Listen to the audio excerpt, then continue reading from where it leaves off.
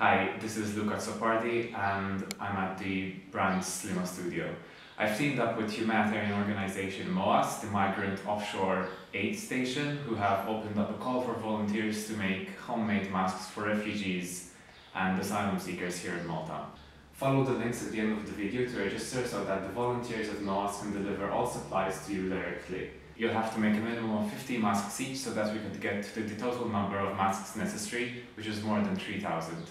To make the masks, you'll need 2 rectangular pieces of tightly woven cotton, such as poplin or shirting material, and you need to wash these in case there is any shrinkage.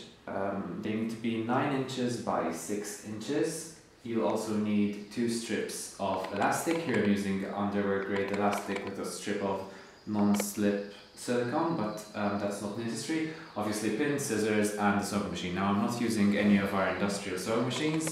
I'm using an old domestic one because I know most of you might have one like this lying around. So we start off by placing the 2 rectangles on top of each other.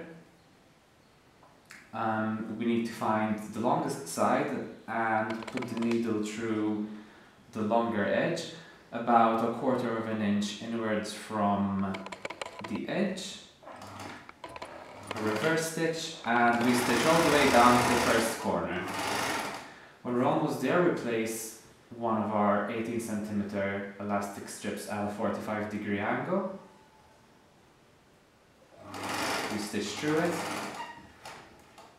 We turn the piece around, make sure that that doesn't get caught up in the stitching,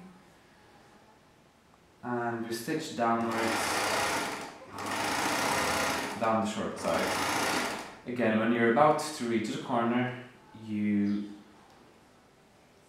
place the elastic at a 45-degree angle, stitch through it, turn it around, and once again we stitch down the longer side. When you're about to get to the edge, we grab our second piece of elastic. Again, we place it at a 45-degree angle in between the 2 pieces of cotton. We stitch through it, turn it around again. Make sure that doesn't get caught up in the stitching. And stitch right down the short side. Once again, before you get to the corner, we grab the elastic, place it at 45 degrees again, and stitch all the way down. Turn it around. Now, we're not going to stitch all the way to where we started. We're going to leave a gap of around 2.5 inches. That should be good.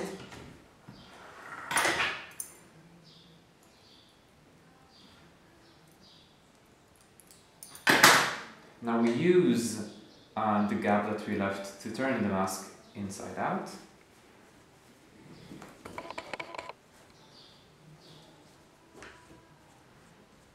Now, depending on what kind of cotton you're using, you might want to iron it at this point, but if you're using a stiff cotton, you won't need to do that. So, after we've opened up our mask like this, what we'll need to do is grab a couple of pins and add 2 or 3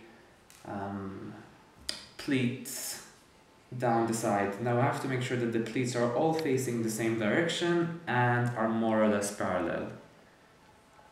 So I'm just adding 2 for now, but it's better if we do 3, because that way the mask will wrap itself around people's noses better. And again on the other side.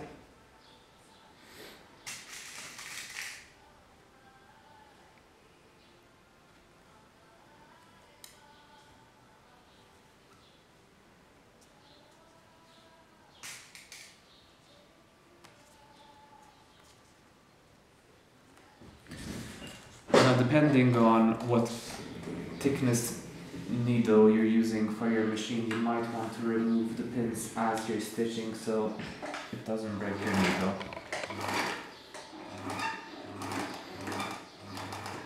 Like that. And the second one.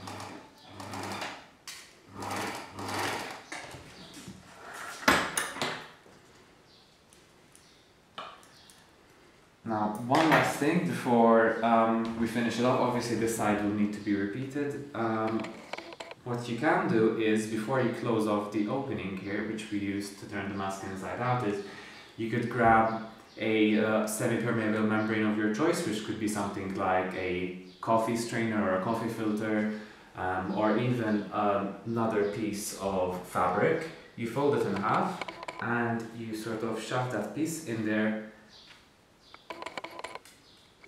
and like that you'll be adding an extra layer of protection.